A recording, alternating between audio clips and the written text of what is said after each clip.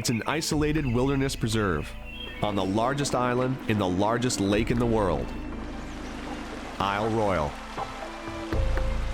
where there's a battle royale between a population of moose and a population of wolves, duking it out for survival.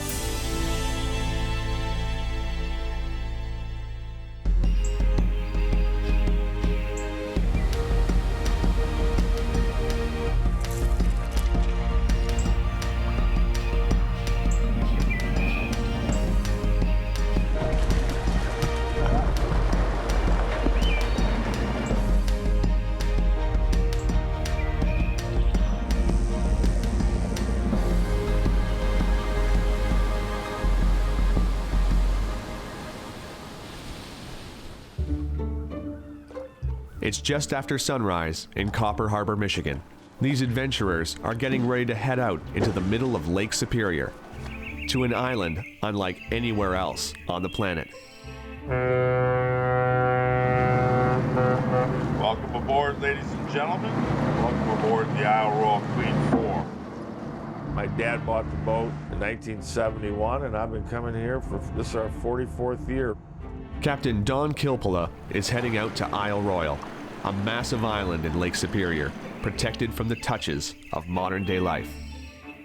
Tucked up near Thunder Bay in Canada, the island actually belongs to the state of Michigan in the United States. If Lake Superior is shaped like the head of a wolf, then Isle Royale is its eye. Take a look around, take a look. I love Isle Royale. I think Isle Royale is the most beautiful place in the Midwest.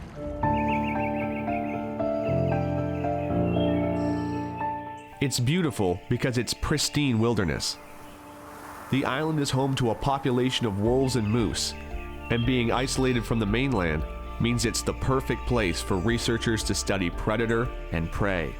But when their population balance shifts, the whole island is at risk.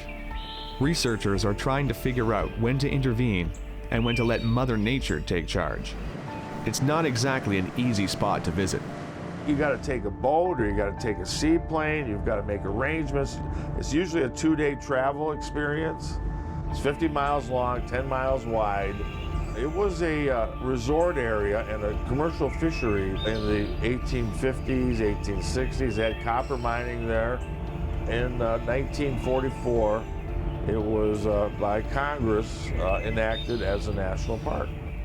You really feel like you have a wilderness experience when you come out here. There's no roads, there's no cars, there's no electricity. 99.8% of the island is a wilderness area. I've been saying this for many years, only the hardiest of the hardy go to Isle Royale.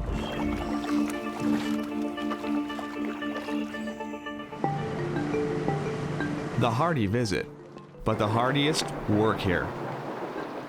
Rolf Peterson has been coming to the island for 44 years, living here for 6 months at a time to keep watch over the moose and the wolves. It's a perfect combination of science and a great story. Isle Royale provides a really unique observatory, more than an experimental area. We're just observing nature. It's a simple system where the whole island is dominated by a single predator, the wolf, and a major prey animal, the moose. And that interaction has fascinated scientists for over half a century. Because the whole island is dominated by these two animals, Rolf's job is to ring the alarm if the whole system goes out of balance. The science part of it is to figure out how nature works, basically. What role do predators have in the dynamics of their prey and in the ecosystem in which they live. It's not a static balance. I don't even like the word balance because it implies some kind of an equilibrium out there.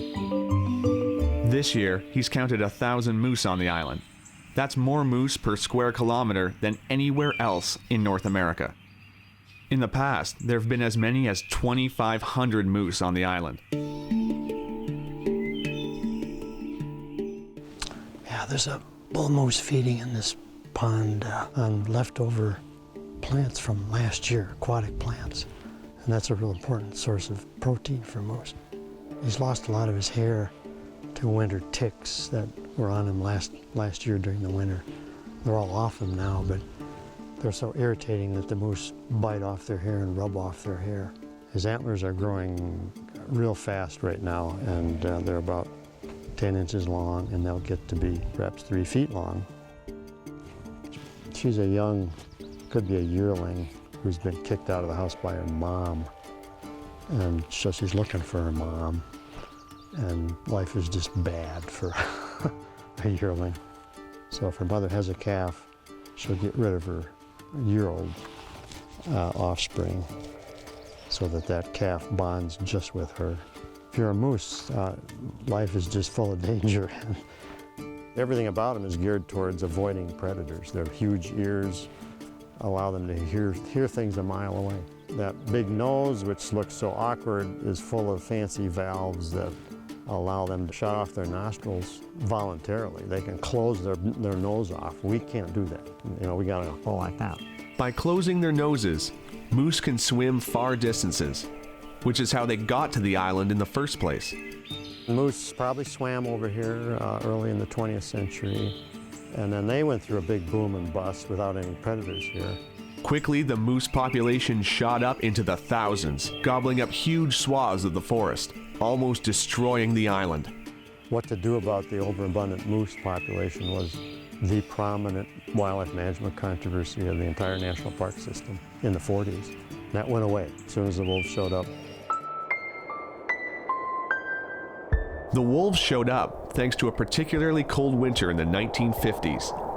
Lake Superior froze solid, and the wolves strolled over from Canada to an all-you-can-eat moose buffet. Wolves are a lot tougher to spot than the moose, even for a seasoned expert like Rolf. Saw one at Lake Ojibwe once, a couple of years ago.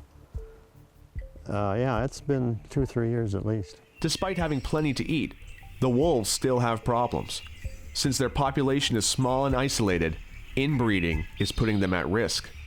Rolf is looking for any clues they may have left behind. Here we got a wolf scat from this spring, and we just keep track of what they're eating from the hair that's in the scat. So it's either moose or beaver usually. This one's all beaver. Okay, moving on. So a wolf track here, so they've been by here. They love beaver dams, because that's where they catch beaver when beaver cross. To catch the wolves in action, he installs remote cameras around the island. Now this is a remote camera that's triggered by heat in motion. So an animal walking by here will set off the camera and it'll film. This camera will stay up for months until the battery dies. Okay. Rolf needs this footage to know how the wolves are doing, and he's not optimistic. Right now, the island is in danger of losing its top predator. There are only 8 left, the fewest wolves ever counted. If they die out, the moose population will grow too big for the island to handle. What really directs what happens here are unpredictable big events. And they're like the freight train coming around the corner that you don't know is approaching, but it's going to change everything when it gets there. The big events can start out small. In 1980, a visitor brought their pet dog to Isle Royale, introducing canine parvovirus to the wolves, which killed off half the population. That allowed the moose to grow out of control, decimating the food supply on the island. So much so that in 1996, 75% of the moose died of starvation. The next year, immigrant wolf came from the mainland. He started breeding right away. His genes started going out throughout the whole island because his offspring dispersed and became breeders in all the rest of the packs within 3 years. And so his arrival led to a genetic rejuvenation of the population. They rose to high levels, and they started killing moose at a rate that we'd never seen before. Now the wolf population is back down because of inbreeding. Everybody's so closely related, they just can't find anybody but their brothers and sisters or mom and dad to mate with. These record low wolf populations are affecting more than just the moose. So beaver are going up, moose are going up, foxes are going down because they rely on scavenged carcasses. Ravens are going down. I know what the future of the island without wolves would look like. and it's not very pretty. We've seen it before, and the public didn't like it. Scientists and wildlife managers thought it was irresponsible, actually. With the island so close to the tipping point, Rolf calls in some volunteers to give him a hand. Bones, lots of them.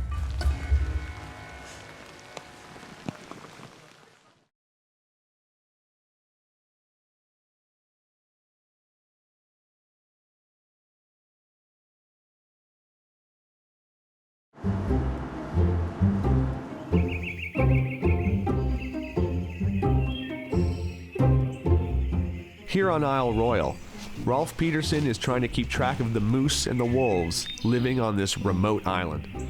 He's trying to analyze how healthy the moose population is. For that, he needs to scour the island for bones. At 72 kilometers long, it's a huge chunk of land for one person to watch. So he recruits volunteers to come give him a hand. I work as a data programming guy in healthcare in Jackson, Michigan. But this week, I'm taking a week of my valuable vacation so I can lead groups of volunteers off trail, and we're looking for dead moose. And when we find them, we do a little backcountry CSI and we bring certain bones back. Bone! Oh! What you got? It's a scapula. Drop packs, guys, and let's spread out and search around here. We'll probably find some of the other bones. They're on the lookout for three particular bones: the skull, the mandible or jawbone, and the metatarsus, which is a bone in the foot. Those particular bones will give Rolf a lot of information about the moose, like health and age. Bones, lots of them. Where you at, Larry? Toward the ridge. Okay. It's definitely a wolf kill. We got the bones spread out here. And we got some of the ribs are chewed quite a bit. Yeah, they were taking a nice tasty lunch here.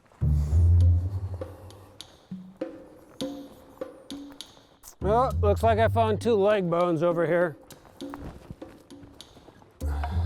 Which leg bones? I really don't know my bones as well as you do, so. Okay.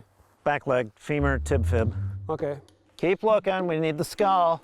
You got a spread over here. Some vertebrae, some ribs. Oh, we got the pelvis. Good work, good work.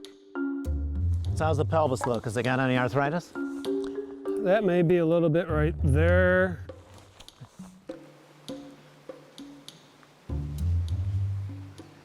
Aha, got a metatarsus. So this one's been chewed on, but from the metatarsus we can tell roughly how healthy and how big the moose was. So this is a keeper. Well, let me see if I can arrange these. Okay, got the skull. Got the skull, guys.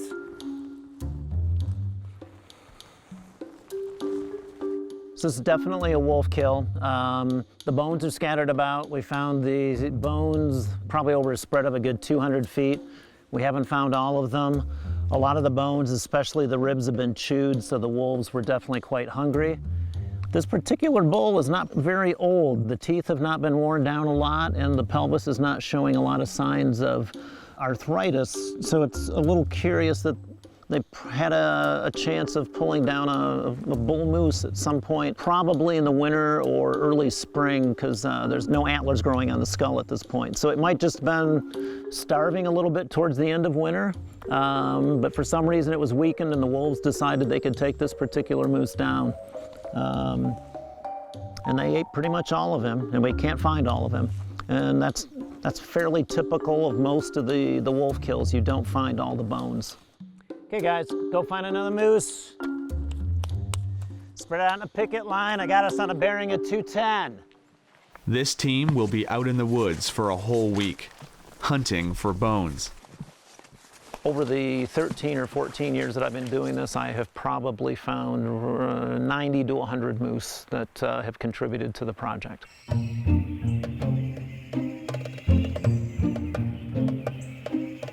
Back at his cabin, Rolf goes over every bone with his wife Candy, looking for clues into the animal's life.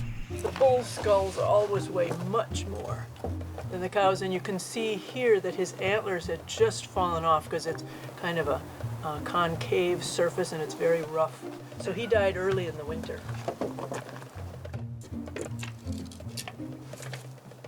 Wolves here. That's this guy? Yep, Okay. they match. All right. And then that goes there. Yeah.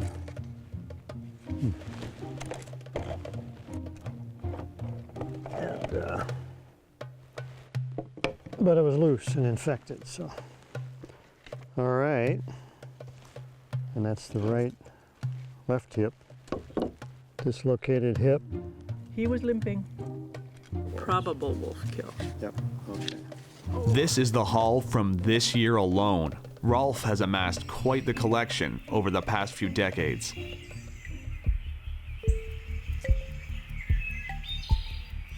Well, this is certainly the world's most unique collection and the biggest collection of antlered moose skulls.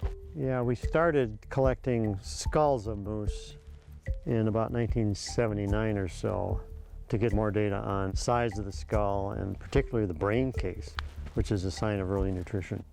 From the antlers, we can tell how healthy it was because that's what the ultimate purpose of antlers is, to indicate to females how fit a bull is.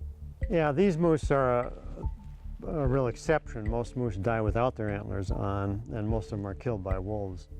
Each of these bulls has a story, and some of the stories we know.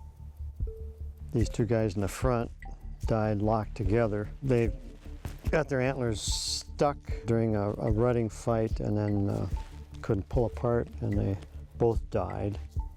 This is a good example of a moose that died pretty young, probably 2 or 3 years old, but his antlers were pretty pathetic for a 2-year-old, and they were asymmetrical, which means there's something wrong with his health, and the wolves killed him. This, among all these strange moose, this would certainly be the strangest. It was born with uncertain gender, neither completely male nor completely female, and it didn't have enough male testosterone, male hormone, to grow normal antlers. A set of antlers that was originally attached to this moose. They're extremely heavy. Large antler might weigh 10 pounds, 8 to 10 pounds. These are 3 times that. So each of these antlers probably weighs about 30 pounds. Each of these bones helps Rolf uncover the story of the animals on this island. There used to be a wolf-moose story, and it's a wolf-moose vegetation story, and then it's diseases of wolves that have come into play, and parasites of moose in the form of winter ticks. And so the story gets more and more complicated with more and more players. That's how he gets the story of the moose. But the wolves are much trickier. When Rolf collects the remote cameras from the island, he gets an eyeful that he wasn't expecting.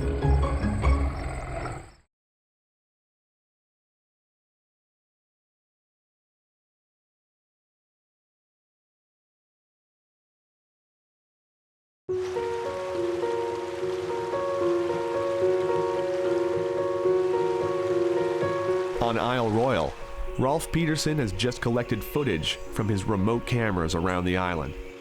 Wolves are incredibly difficult to spot in the wild, so this footage is crucial. It's the first time he's seeing these wolves up close in months. This is really the only way we see up close the wolves behaving normally, like there's an adult, one of the males or females. We'll never see it, that wolf up close. This is my first time through what we picked up this winter. It's a fox. That's mostly what's going on. And it had just snowed, so they're having to dig it all out. Ooh, wolf, okay. That's what we want. If I can tell who it is, that's nice. All I know is this is a pup. Probably another pup. There's 3 pups in this pack. Okay, that's the collared wolf. In his case, he's a non-breeding adult. His sister is the breeding female, and the male is a distant relative, a more distant relative. Sometimes you can see their femur protruding. No, this one looks fine. By the time pups are 9 months old, they have to take their place last in line. So if anybody starves, it's the youngsters at this age. So it's the alpha male and female that will eat first. That's one of the adults there now, chewing on a bone. So this was maybe the only time I've gotten more than 2 wolves, 3 wolves a couple times in the summer, but it was really good because this we now know is a brother and sister, and then aunt, who's much more cautious, is waiting for these other wolves to get through this area. Now she's coming. See, I was there 10 days previously, and these wolves are smelling my scent. Sometimes he plants little surprises in front of the cameras just to see how they react. This was really important footage for us because it was the first time these 2 wolves, we'd ever seen them. And then we put some scats here from the other end of the island in hopes that they'd stop and check it out. And they found it extremely interesting because they know who these wolves are, but they're not supposed to be here. Maybe that's what they're thinking. And sometimes he catches a glimpse at the predator-prey relationship in action. This is one of the better little clips we've ever caught. At night, wolves, all you can see is the lights of their eyes, but it's the audio. There it is.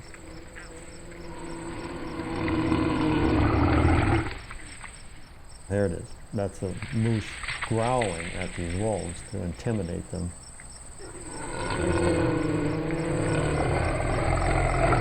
And I'd never heard that before. It's really wonderful because the moose was about a foot away from the camera. And the wolves were intimidated and they all left. So it sounded like a lion roaring. So that's the kind of luck we like to have.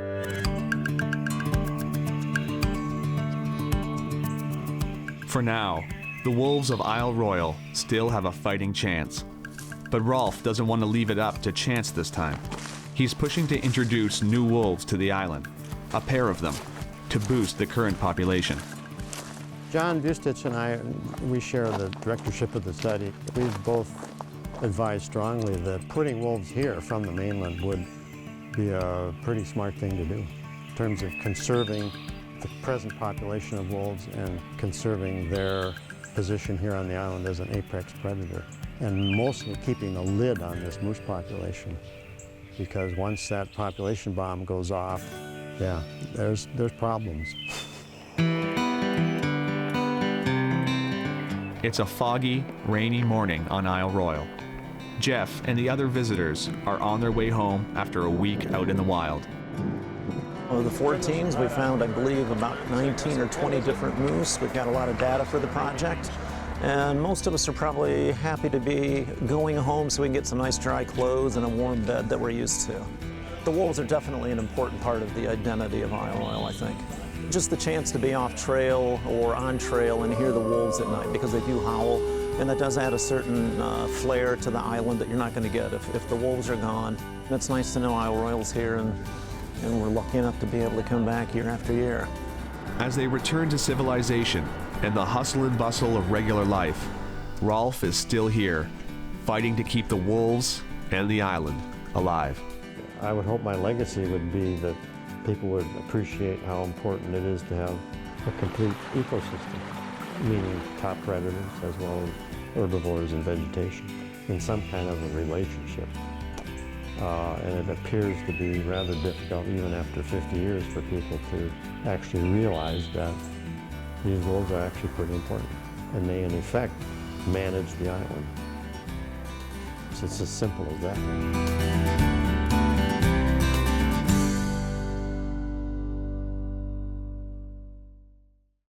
Hey Love Nature fans, be sure to like and subscribe to catch all our wild animal stories. Get closer to nature right here on YouTube.